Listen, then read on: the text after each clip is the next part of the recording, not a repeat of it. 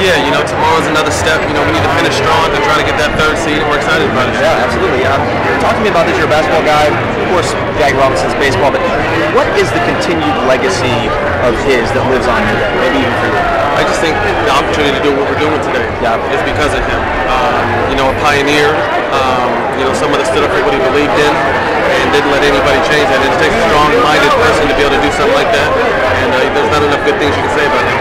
And if you happen to brush shoulders with Harrison Ford in there, what's the words that are going to come out of your mouth? What do you got to say to that guy? You're the man. That sums it up. Plain and simple. Yeah, she wants to take a picture. All right, very good. Good to talk to you guys. Thank you so much. So you got him? Okay, you got him? Yeah, I have it. Both of you. Both of you. Jackie Robinson was such an inspiration for so many people and still is. Who was your idol growing up? Magic Johnson. Big fan of Magic Johnson, and I'm sure Magic Johnson was a huge fan of Jackie Robinson. So it kind of goes hand in hand, and it's because of him. Like I just told the man next to us that that's the reason why I get to put a uniform on every day. How exciting is it for both of you to be in a reality show?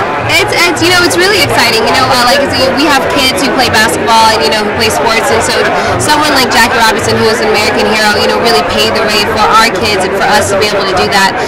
So it's really exciting, and for us, just to help and support and celebrate, a true story for someone who really stood up for what he loved.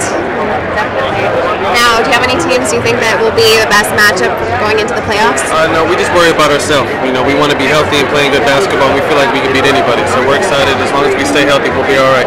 What was the feeling like beating the Lakers? It was good.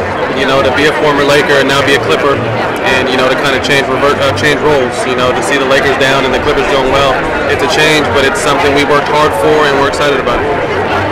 Yeah, thank you.